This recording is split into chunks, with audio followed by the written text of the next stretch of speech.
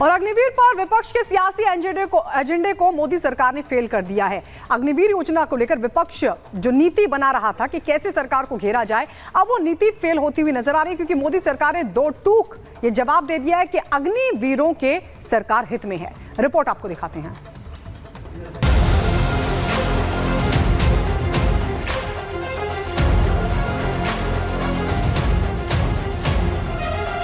अग्निवीर को जवान नहीं कहा जा सकता। अग्निवीर यूज एंड थ्रो मजदूर है।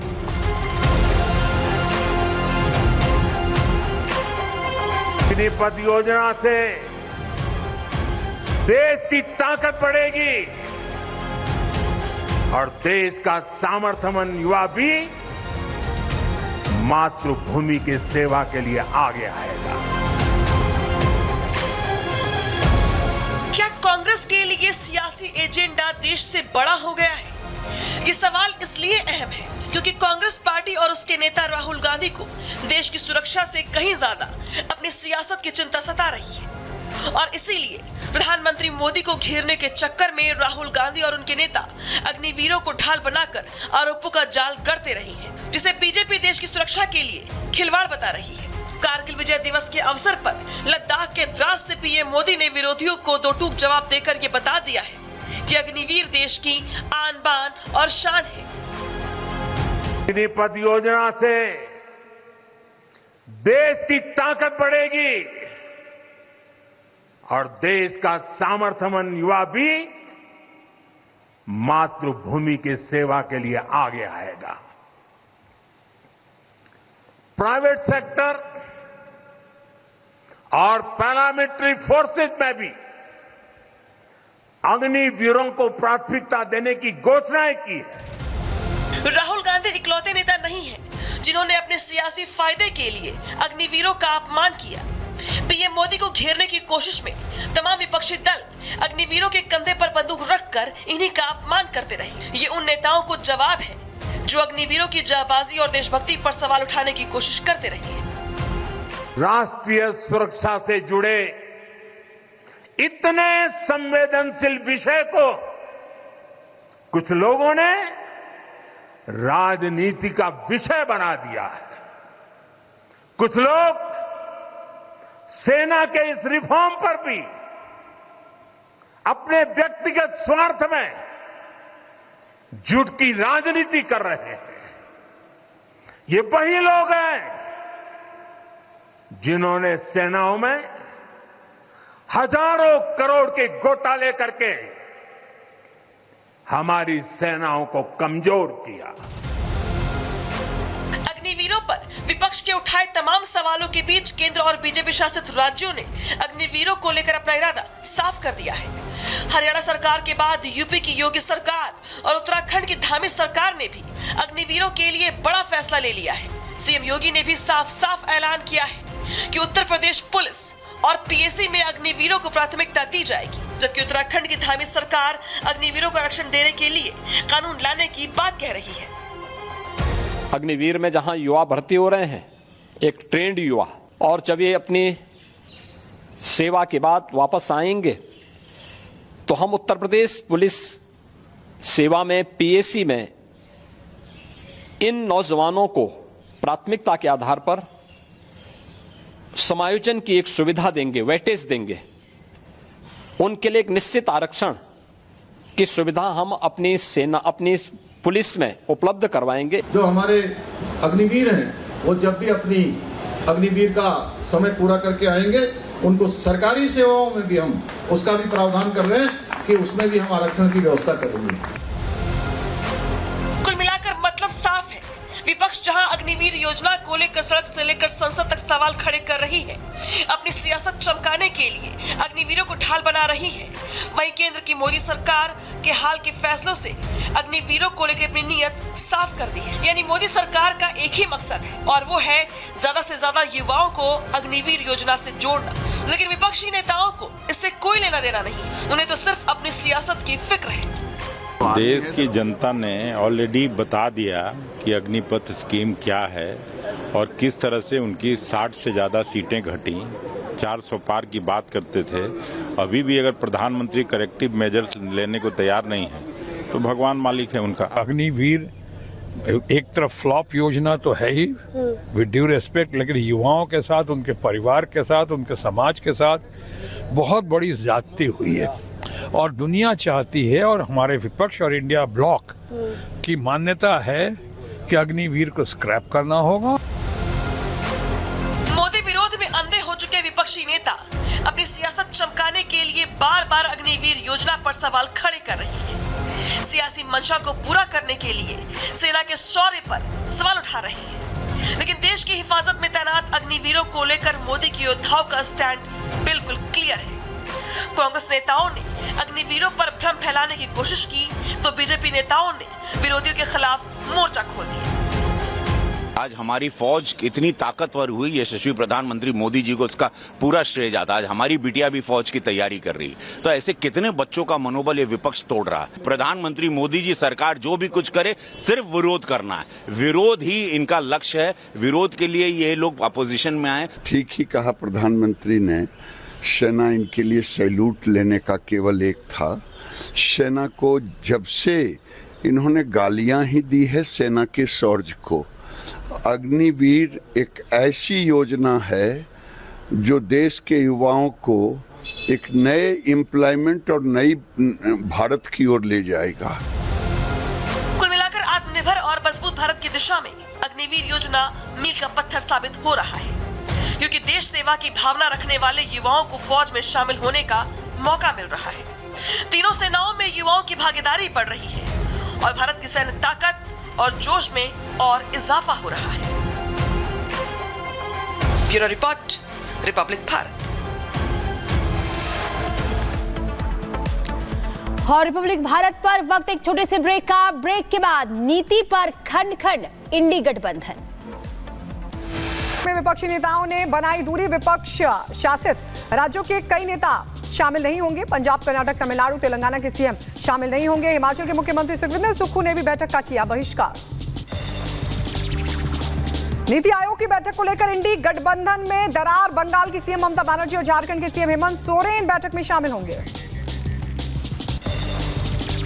नीति आयोग की बैठक से पहले सीएम ममता बनर्जी के तल्ख तेवर देखने को मिले। नीति आयोग को बंद करने की उठा डाली है मांग। कहा नीति आयोग खत्म करो और योजना आयोग को वापस लाओ।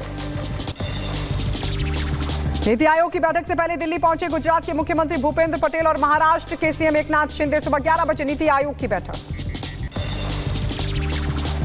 गोवा के मुख्यमंत्री प्रमोद सावंत भी दिल्ली पहुंचे। नीति आयोग की बैठक को लेकर कहा कि अपनी मांगों को सामने रखेंगे।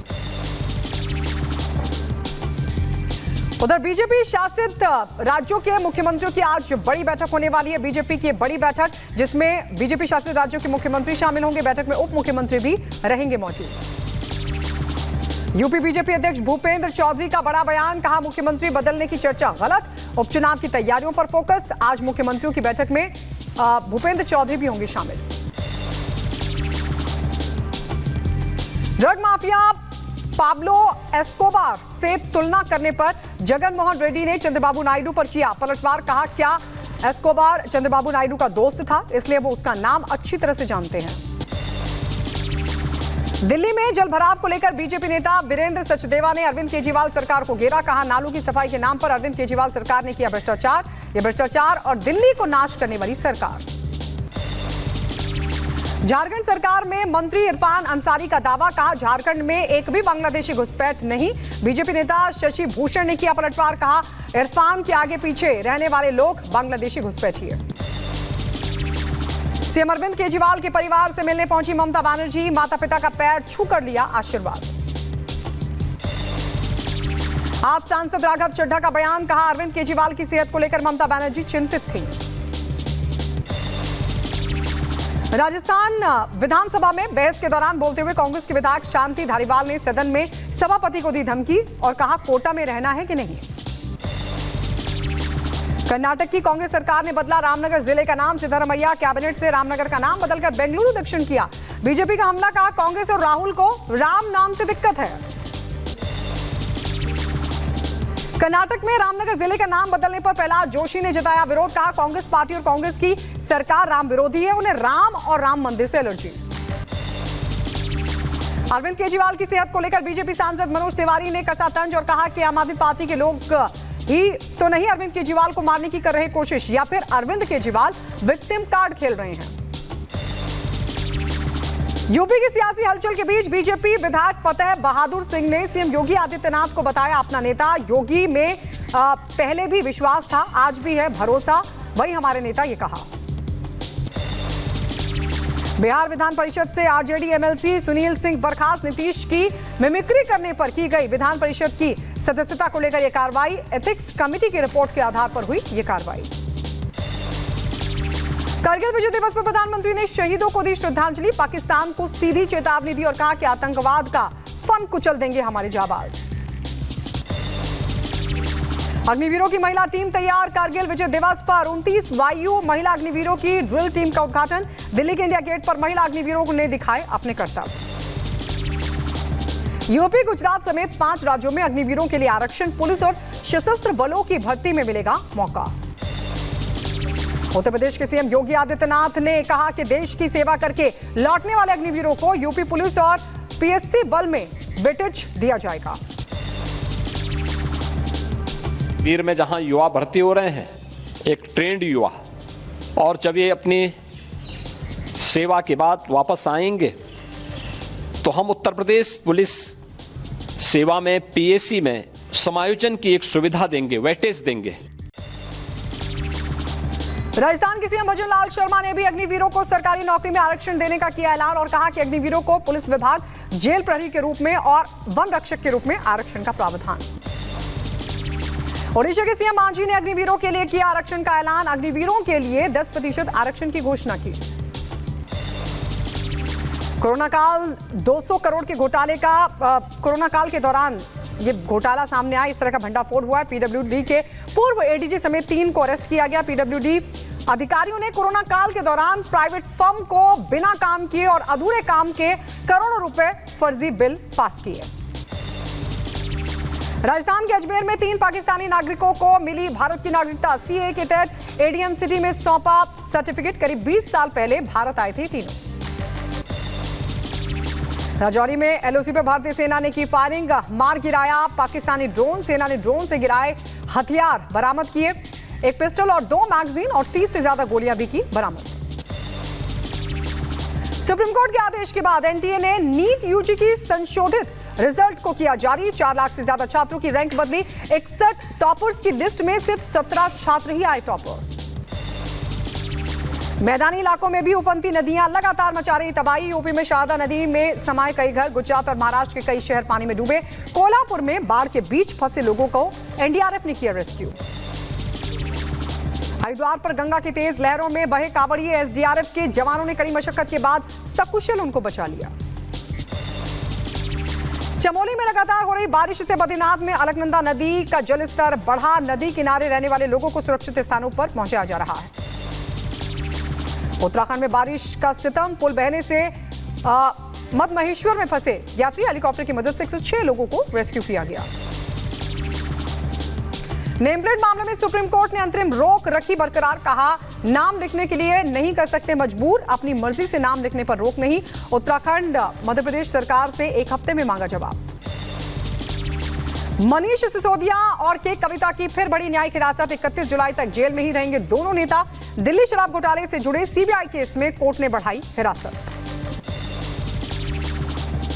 मस्जिदों को ढहने के फैसले पर हरिद्वार प्रशासन का यू टर्न। मजार और मस्जिदों से हटाया पर्दा। कांवड़ यात्रा के चलते ढके गए थे मस्जिद और मजार। ओडिशा के भुवनेश्वर में रेलवे विभाग की बड़ी लापरवाही आई सामने। लिंगराज स्टेशन के एक ही ट्रैक पर आई 4 ट्रेनें। किसी हादसे की कोई खबर नहीं। घटना की जांच पड़ताल कर रहा है रेलवे प्रशासन। मुरादाबाद में लैक्मे अकेडमी संचालिका को पुलिस ने किया गिरफ्तार। धन परिवर्तन करने के लिए उकसाने का छात्र छात्राओं ने लगाया था आरोप। मेकअप इंस्टीट्यूट की आड़ में चल रही थी धर्मांतरण की ये मुहिम।